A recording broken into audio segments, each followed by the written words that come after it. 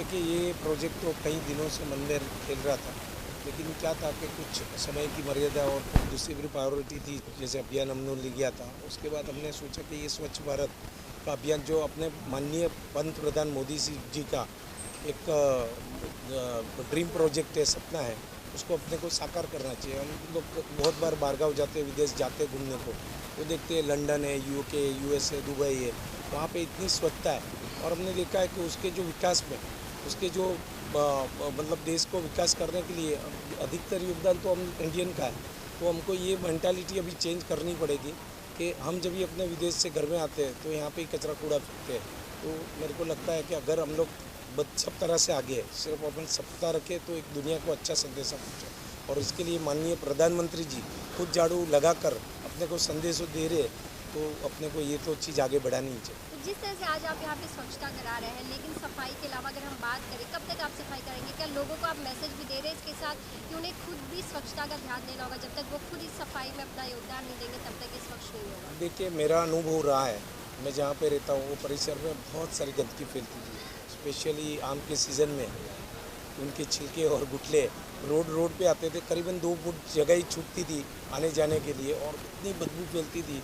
हमारा घर कितना भी बड़ा हो, कितना भी अच्छा हो, कितना भी इंटीरियर किया हो, कितना भी खर्चा किया हो, लेकिन जब ये एक बाहर से मेहमान आता है तो उसके एंट्री पॉइंट से ही उनकी अपनी इज्जत वहाँ से ज़ीरो हो जाती है। तो ये चीज़ मैंने जब भी मेरे एक छोटे से एरिया में मैंने पहुँचाई, सबको समझाया, और बीएमसी के अपने सहयोग से उसके ऊपर थोड़ा काम किया, फिर अभी स्वच्छता की आदत लग गई। तो 90% कचरा कूड़ा फेंकने का बंद कर दिया। जो 10% फेंकते थे, उनको बाकी 90% वाले उनको रोकते थे, टोकते थे और उसको इंस्पायर करते थे। आज कभी भी आओ, मैं जो परिसर में रह रहा हूँ, तो मेरे को नहीं लगता है कि वहाँ पे बीएमसी के स्टाफ को भी रोज़ के रोज़ इतना परिश्रम करना पड़ता है सफाई के लिए, क्योंकि ये सफाई अभियान अभी एक आदत हो गई वो लोग को।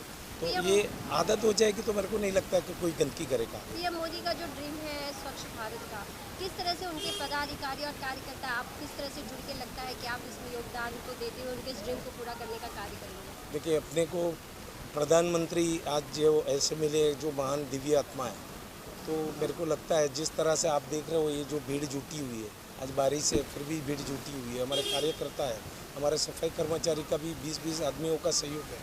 तो कहीं ना कहीं तो आप मानते हो कि उनको प्रति जो आदर है वो आज आदर दिख रहा है आपको। तो मैं नहीं मानता हूँ कि ये प्रोजेक्ट में आगामी मुझे लगता है 6-8 महीने में देखो, अब हमारा मलाड को हम पूरे बॉम्बे में एक मॉडल टाउन के हिसाब से प्रस्तावित करने में कामयाब होंगे। तो ही हम लोग क्लीन रख सकते हैं। एक्चुअल में इंडिया में कायदा ही लाना चाहिए कि किसी ने भी कचरा डाला तो उसको फाइन करना ही है, तो अपने आप ही स्वच्छ रहेगा। जैसे आउट ऑफ इंडिया में वही है, कुछ भी या 1-2 दिन जेल में डाल दो या फिर फाइन करो तो ही क्लीन रहेगा। आपने सफाई कर्मचारियों का स्वागत भी किया है, तो आपके मन में कैसा है? क्योंकि लोग सफाई कर्मचारियों की इतना सफाई देखते, लेकिन आज आपने उन्हें माला पहना के जो स्वागत किया है, उस पर आप क्या कहना चाहेंगे? देखिए, ये तो करना ही है ना, इनका काम अपन कर नहीं सकते। जो काम कर रहे हैं वो बहुत आदरणीय है। मैं बोलता हूँ, अगर स्वच्छता में वो लोग सुबह 4 बजे से उठ के अपने लिए स्वच्छता और स्वस्थता अपने को देते, स्वच्छता है तो स्वस्थता है। जैसे कोरोना काल में भी आप देखो, हम मीडिया वाले थे, पुलिस वाले थे और बीएमसी कर्मचारी जो व्यवस्था बनाने वाले थे वही रोड पे थे, बाकी तो सब पब्लिक घर में बैठी थी। अगर ये लोग ने स्वच्छता नहीं रखी होती तो कोरोना नहीं और दूसरी महामारी भी फैल सकती थी। तो उनका अभिवादन कर रहे हैं। आज देखो जिस तरह से उमंग के साथ वो लोग हमारे साथ में जुड़े हैं, तो ये कोई दूसरा कुछ उनका भाव नहीं है कि हमको क्या फ़ायदा होगा। आज एक्स्ट्रा टाइम एक्स्ट्रा काम कर रहे हैं तो सराहनीय है, तो उनको सत्कार करना ही जरूरी है।